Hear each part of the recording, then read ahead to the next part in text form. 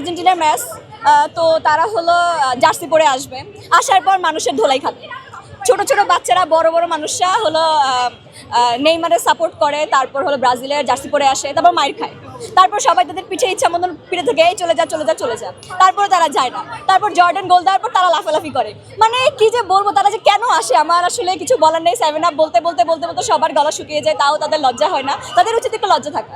Messi আসলে কতটুকু আপনাদেরকে আনন্দ দিয়েছে আজকে? অবশ্যই অনেক বেশি আনন্দ দিয়েছে। এটার আসলে কোনো লিমিট নাই, লিমিটলেস আনন্দ দিয়েছে। আমরা অনেক বেশি আনন্দিত। সকালের ম্যাচটা দেখা হয়েছে পর্তুগালের? না, সকালের ম্যাচ দেখা হয় না। আমরা আর্জেন্টিনার ফ্যান, আমরা লিটারেলি আর্জেন্টিনার জন্যই টিএসসিতে এসেছি। আচ্ছা, যারা এসব কথা বলে তাদের উচিত একটু জেনে বুঝে কথা বলা, কয়েকটা ম্যাচ দেখা। যেমন আজকেরটাই আপনারা দেখতে পাইছেন।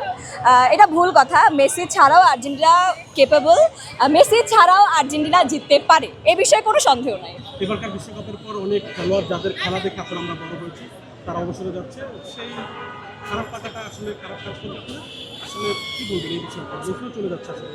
আচ্ছা, হ্যাঁ, এটা তো আসলে সত্যি খারাপ লাগে। আমরা যারা ফুটবল দেখে ছোটবেলা থেকে বড় হয়েছি, সত্যি আসলে খারাপ লাগবে।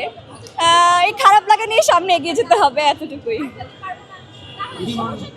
সবচেয়ে বেশি মিস করবেন আসলে কোন জিনিস? অবশ্যই মেসিকে। আমি আর্জেন্টিনার ফ্যান, আমি মেসি চলে গেলে অবশ্যই মেসিকে সবচেয়ে বেশি মিস করবো।